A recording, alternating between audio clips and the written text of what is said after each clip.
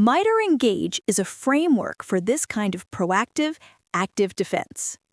Our objective is to understand how the MITRE Engage framework helps organizations interact with and influence adversary behavior. We will define its purpose and explore its core concepts. MITRE Engage is a framework for planning and executing adversary engagement and deception operations. It is not about hacking back. It is about safely managing interactions with an adversary to achieve defensive goals, like exposing their tools or understanding their intent. The Engage matrix is organized into approaches and activities. The columns are approaches, which are high-level defensive actions like disrupt, contain, disinform, and collect. The rows are activities, the specific things you can do. For example, under the disinform approach, you might use the decoy file activity, planting a fake document for the attacker to steal. To really solidify this concept, here's a chance to think from both an offensive and defensive perspective. Here is your activity. Consider the ATT&CK technique, phishing. Now propose a defensive engage action that would fall under the disrupt or affect approach. What this reveals are proactive strategies. For example, you might set up a system that automatically analyzes a submitted phishing email and reports the malicious infrastructure to a global block list, thereby disrupting the attacker's broader campaign. To conclude our lesson, let's summarize the core idea. Here is your prompt. What is the core concept of MITRE Engage, and what is its primary value in an active defense strategy? The core concept is to provide a structured methodology for safely engaging with adversaries. Its primary value is that it allows defenders to move beyond passive blocking and actively influence adversary behavior to gather intelligence, disrupt their operations, and ultimately improve overall security. Lesson 5.4, MITRE D3FE&D. Welcome to Lesson 5.4.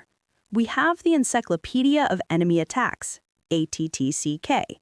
We have the Playbook for Counterintelligence, Engage. Now we need the catalog of all possible defensive tools. MITRE D3FE&D is that catalog. Our learning objective is to describe the MITRE D3FE&D framework and its role in proactive defense. We will explain how it acts as the defensive counterpart to the offensive-focused ATT&CK framework. D3FE&D is a knowledge graph of cybersecurity countermeasures. Its purpose is to answer the question, you've identified an adversary technique from ATT&CK. What specific defensive technologies can you use to counter it? D3FE&D is the other side of the coin to ATT&CK. ATT&CK describes the problem. D3FE&D describes the solution. D3FE&D organizes defensive techniques under broad tactics like harden, detect, isolate, and deceive. Underneath these are specific technical methods. Security engineers use it for technology selection. When they find a gap using ATT&CK, they use D3FE&D to research the specific type of security technology they need to close that gap. This is a great one to try yourself to understand the defender's toolkit. Here is your activity. Think of a common security tool, like an antivirus program. Which high-level D3FE&D tactic does it primarily support? The output should clearly show you that an antivirus program primarily supports the detect tactic, as its main job is to identify and alert on malicious files and behaviors. Excellent work. To conclude, let's put these two frameworks together. Here is your prompt. In a comprehensive security strategy, what is the relationship between the MITRE ATT&CK framework and the MITRE D3FE&D framework? They are complementary frameworks. ATT&CK is used to identify and understand offensive adversary techniques, the problem, while D3FE&D is used to identify and select the appropriate defensive countermeasures and technologies to mitigate those techniques, the solution. Module 6, Security Monitoring and Analysis Tools. Welcome to Module 6. Theory and frameworks are essential, but a security engineer is also a hands-on practitioner. This module introduces the practical tools of the trade, the digital magnifying glasses, listening devices, and scanners you will use to hunt for threats. Lesson 6.1, Introduction to Network Security and Analysis. Welcome to Lesson 6.1. Imagine you're the security chief for a large city. You can't watch every person, but you can monitor the roads. Network security analysis is the art of watching the digital roads to protect the city as a whole. Our objective is to understand the fundamental principles of network security and the importance of network traffic analysis. We'll define network security and discuss the goals of network analysis. Network security consists of the policies and practices adopted to prevent and monitor unauthorized access to a network. The primary goal of network analysis is to gain visibility. You cannot protect what you cannot see. By capturing and reviewing the data flowing across the network, you can establish a baseline of what is normal, making it much easier to spot anomalies. This allows you to detect scanning activity, malware communication, data exfiltration, and denial of service attacks. To really bring this to life, I encourage you to think with this analogy. Here is your activity. List 3 types of suspicious vehicle behavior on a real road that have a parallel in network security. When you do this, the parallels become clear. A car driving slowly down every street is like a network scan probing for open ports. A suspicious van leaving a secure building is like data exfiltration. And a massive traffic jam blocking the city entrance is a denial of service attack. Now, to check our understanding of the core concept. Here is your prompt. Define network security analysis and explain its primary role in identifying threats. Network security analysis is the process of monitoring and interpreting network traffic to detect anomalies. Its primary role is to provide visibility into network activity, allowing security teams to spot malicious patterns that would otherwise be invisible. Lesson 6.2, Wireshark. Welcome to Lesson 6.2. If network analysis is watching traffic on the roads, Wireshark is a magical pair of binoculars that lets you see inside every single car. It is the world's most popular network protocol analyzer and an essential tool. Our objective is to learn the basics of using Wireshark for capturing and analyzing network packets. We'll introduce the interface, explain how to perform a capture, and demonstrate how to use filters. The Wireshark interface has 3 main panes: the packet list at the top, the detailed packet details in the middle, and the raw packet bytes at the bottom. To perform a capture, you simply select a network interface and click Start. It immediately begins capturing all packets. The most powerful feature is the display filter bar. A capture can contain thousands of packets. Filtering is essential. You can type in rules to show only the packets you care about. For example, a filter of IP.address equals 8.8.8.8 will show all packets to or from that address, while a filter of DNS shows only domain name system traffic, revealing what websites a user is visiting. I encourage you to run this next tool to see the power of this feature firsthand. Here is your activity. Install Wireshark. Start a capture. Visit an unencrypted website like http://neverssl.com. Stop the capture. In the filter bar, type HTTP and press Enter. When you run this, the thousands of packets will instantly be reduced to just a handful.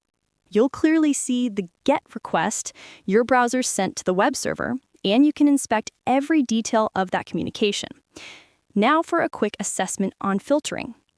You have captured traffic and want to see only communications between your computer at 192.168.1.100 and a server at 104.18.25.123. Here is your prompt. What display filter would you use in Wireshark? The correct filter would combine two statements with a logical AND. IP.address equals 192.168.1.100 and IP.address equals 104.18.25.123. Lesson 6.3, SISMON. Welcome to Lesson 6.3. If Wireshark monitors the roads between buildings, SISMON is like a surveillance system inside a single Windows computer. It logs almost everything that happens, every process created, every network connection made, and every file touched. Our learning objective is to understand the capabilities of SISMON for detailed system activity logging on Windows. We'll explain what it is and the type of high-value events it can log. System Monitor, or SISMON, is a free tool from Microsoft. It installs as a system service and logs deep system activity to the standard Windows event log, where it can be collected by a SIEM. It's designed to log events that are of high interest from a security perspective. Key events include Event ID 1 for process creation, Event ID 3 for network connections, and Event ID 11 for file creation. Event ID 1, process creation, is extremely useful because it logs not just that a program started, but also its file hash and the full command line used to launch it. Event ID 3 logs every outbound network connection made by any process. These rich logs are invaluable for threat hunting. To really solidify this concept, here's a scenario to analyze without installing the tool. Here is your activity. A user opens a Word document, which launches PowerShell to download a malicious file. Which SISMON event IDs would be most useful in spotting this chain of events? What this reveals is a clear trail. You would look for a process creation event where Word is the parent process that launches PowerShell. Then, you would look for a network connection event originating from that PowerShell process, followed by a file create event for the newly downloaded malicious file. To conclude our lesson, let's summarize its key benefit. Here is your prompt. Explain how SISMON can aid in detecting malicious activity in a way that standard Windows logs might not. SISMON aids in detection by providing much more detailed, security-relevant context. For example, instead of just logging that a process started, SISMON's process create event also logs the file hash and the full command line, which can immediately reveal if a legitimate program like PowerShell is being used for malicious purposes. Lesson 6.4, Endpoint Security and Monitoring. Welcome to Lesson 6.4. Traditional antivirus was like a security guard with a photo book of known criminals. Endpoint Detection and Response, or EDR, is like a modern behavioral detective. It doesn't just look for known criminals, it watches for suspicious behavior. Our objective is to define EDR and its role in protecting and monitoring endpoints. We'll trace the evolution from traditional antivirus to modern EDR and explain its key capabilities. EDR assumes that prevention will sometimes fail. Its primary focus is on detection and response. It evolved from traditional, signature-based antivirus to next-generation AV, and finally to EDR. EDR solutions have several key capabilities.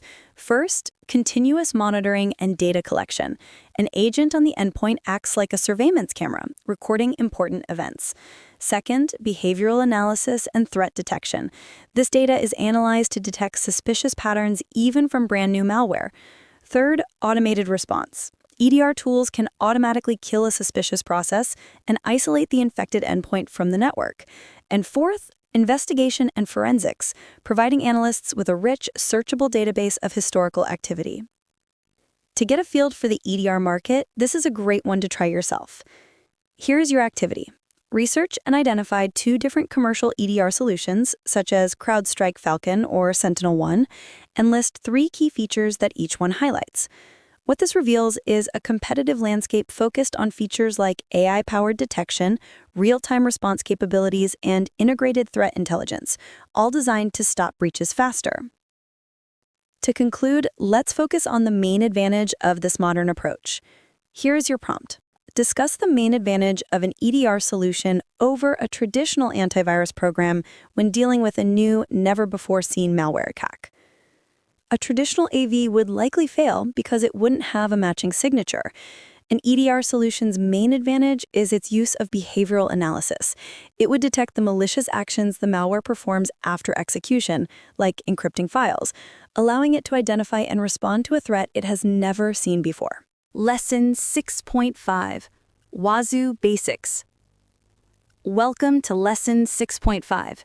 Imagine you want an all-in-one security system for your entire property.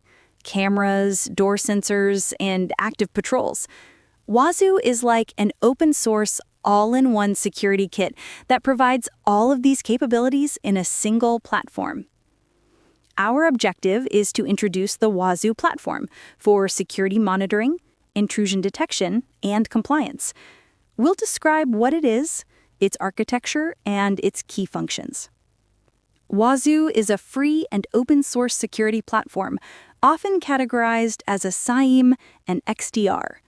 Its key functions include log data analysis, file integrity monitoring to alert on changes to critical files, vulnerability detection to find known weaknesses, intrusion detection, and tools to help automate compliance reporting for frameworks like PCI DSS. Its architecture has 4 main components. The Wazoo agent is installed on endpoints to collect data. It sends this data to the Wazoo server, or manager, for analysis. The resulting alerts are stored in the Wazoo indexer and are viewed by an analyst in the Wazoo dashboard. This is a great one to trace yourself. Based on this architecture, think about how information flows. Here is your activity. Outline the flow of information for a security event in Wazoo. Where is it detected? Where is it sent? Where is it viewed? The output should clearly show you the path. The event is first detected by the agent on the endpoint. It is then sent to the server for analysis against the rule engine. The resulting alert is stored in the indexer and are ultimately viewed by an analyst in the dashboard. Now for a quick check on what the agent can do. Here is your prompt. What are 2 types of security data or events that the Wazoo agent can collect from an endpoint? The Wazoo agent can collect many types, but 2 key examples are system and application log files and file integrity data, which triggers an alert when critical files are modified. Lesson 6.6: OpenVAS Basics. Welcome to Lesson 6.6. A vulnerability scanner like OpenVAS is an automated tool that walks around your digital house, systematically checking for thousands of known security weaknesses before an attacker can find them. Our learning objective is to understand the fundamentals of OpenVAS as an open-source vulnerability scanner. We will define vulnerability scanning and differentiate it from penetration testing. Vulnerability scanning is the automated process of proactively identifying security vulnerabilities. The scanner uses a large database of known flaws and runs checks on a target system to see if any are present. The output is a report that lists and ranks the found vulnerabilities by severity. OpenVAS can perform both unauthenticated scans from the outside and deeper authenticated scans where it logs into the target system. It's crucial to understand the difference between vulnerability scanning and penetration testing. Vulnerability scanning finds potential weaknesses, while pen testing exploits them. Vulnerability scanning is automated, broad, and identifies potential weaknesses. Penetration testing is manual, narrow, and involves a human ethical hacker attempting to exploit those weaknesses to see how far they could get.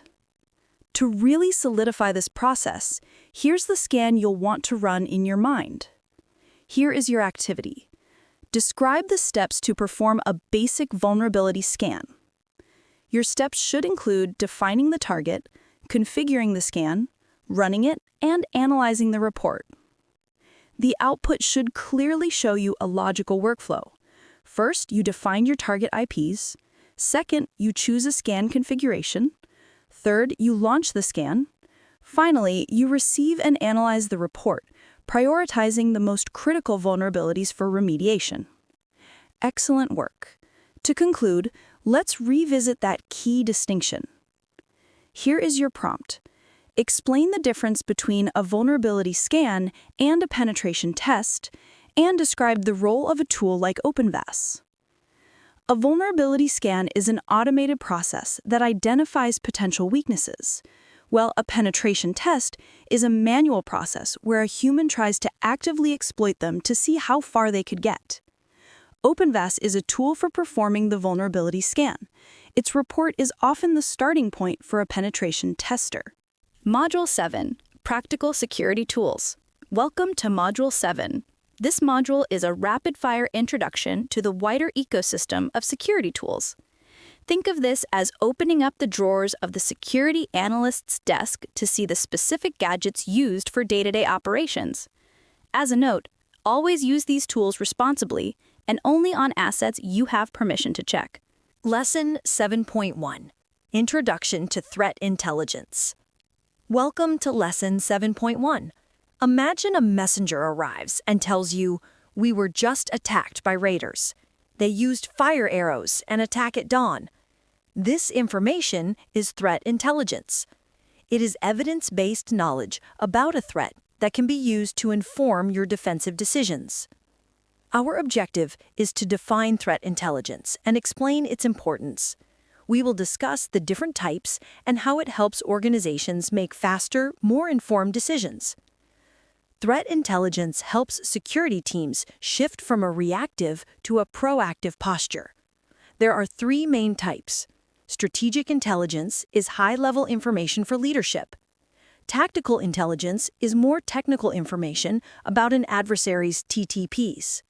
And operational intelligence is highly technical, specific details about an attack, often consisting of indicators of compromise or IOCs, like malicious IP addresses or file hashes. This is a great one to try yourself to see how the information is tailored to the audience. Here is your activity. For each of the 3 types of threat intelligence, strategic, tactical, and operational, provide your own example and identify its audience. When you run this, you'll see the flow. A CEO receives strategic intelligence about risks to their industry. The SOC manager gets tactical intelligence on an adversary's methods. The firewall administrator receives operational intelligence, a list of IPs to block right now. Now let's assess the value of this information. Here is your prompt. Discuss how threat intelligence can transform a reactive security posture into a proactive one. Tactical intelligence allows a team to understand an attacker's methods and proactively strengthen defenses against those specific techniques. Operational intelligence, like IOCs, allows them to proactively block a known attack before it ever reaches their systems, thus shifting from responding to a breach to preventing it entirely. Lessons 7.2 to 7.10, Rapid Tool Introduction. The following lessons introduce specific, often web-based, tools. They are designed for quick familiarization. First, the Email Verified tool. Before investigating a suspicious email, you need to know if the address is even real. This is a great one to try yourself in your lab, using a tool like Hunter.io's Email Verifier. Your action is to check a known good email address. When you run this, you'll see a report confirming if the email format is valid and if the domain can receive mail. This is an important first step to determine if the address is a real target or simply fake, saving valuable investigation time. Next, the Email Leak Checker tool. Data breaches happen constantly, and these tools let you see if your credentials have been compromised. I encourage you to run this next check to see the power of this feature firsthand. Use the tool Have I Been Pwned? Your action is to check a non-sensitive personal email address. The output will reveal if your email address has appeared in any known data breaches. If you find that it has, the single most important action you should take immediately is to change the password for that account and for any other account where you may have reused that same password. Now, for MISP, the Malware Information Sharing Platform. MISP is an open-source platform that allows trusted communities to share threat intelligence with each other in a standardized format. The core benefit is collaborative defense. It allows the entire community to defend itself more effectively against common threats based on the principle that a threat to one is a threat to all. Let's look at a malware database. When you find a suspicious file, you need to know if it's known malware. To really solidify this concept, here's the search you'll want to run using a tool like Malware Bazaar or VirusTotal. Your action is to look up a recent submission. What this reveals is a rich set of data for any given malware sample, including its unique file hash, file type, and the detection ratio from dozens of antivirus engines. In an incident, this allows a responder to quickly confirm if a suspicious file is known malware by checking its hash, speeding up the response process. Next up, botnet block tools. These aren't standalone tools, but threat intelligence feeds that identify the command and control servers used by botnets. Security tools subscribe to these lists, like those from abuse.ch, and automatically block any network traffic going to or from these known malicious destinations. This severs the connection between the infected bot computer and the attacker's control server, effectively neutralizing it. Now, the SSL certificate check tool. The padlock in your browser relies on an SSL certificate to prove a website's identity. This is a great one to try yourself, using a tool like SSL Shopper's SSL Checker. Your action is to inspect the certificate of a major website like Google.com. When you do this, you'll see details like the expiration date and who issued the certificate. A fake or expired certificate presents two major risks: a lack of confidentiality, as traffic may not be encrypted, and a lack of authentication, meaning you could be on a phishing site. What about a suspicious link? You can't click it. Instead, you use a URL verified tool. I encourage you to use this next tool to see the power of safe browsing. Use a tool like URL Void or VirusTotal URL Scan. Your action is to check a known safe URL, then a suspicious one. The output will clearly show you a risk score based on dozens of blacklists. These tools contribute to preventing phishing attacks by allowing users and security systems to check the safety of a link before visiting it, breaking the attack chain. When reading a threat report, you'll need an IOC Finder tool. An indicator of compromise is a piece of digital evidence of a breach. To really see how this works, here's the analysis you'll want to run using a tool like IOC Parser or CyberChef. Your action is to paste a paragraph from a cybersecurity blog post. When you do this, the tool will automatically extract patterns like IP addresses, file hashes, and domain names into a clean list. An IOC is a forensic artifact indicating malicious activity, like the file hash of known malware or the IP address of an attacker server. Finally, the File Verify tool. How do you know a downloaded file hasn't been tampered with? You use cryptographic hashes. To really solidify this concept, here's the check you'll want to run.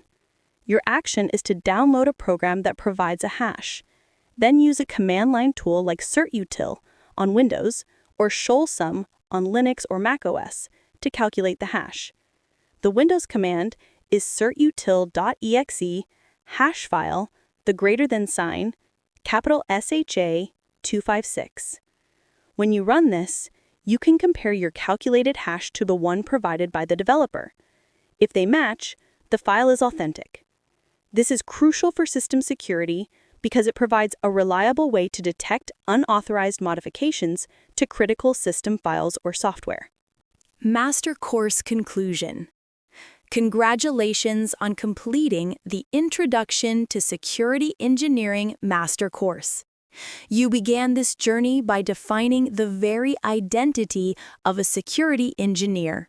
You then laid the essential groundwork by learning the fundamentals of the IT systems they protect.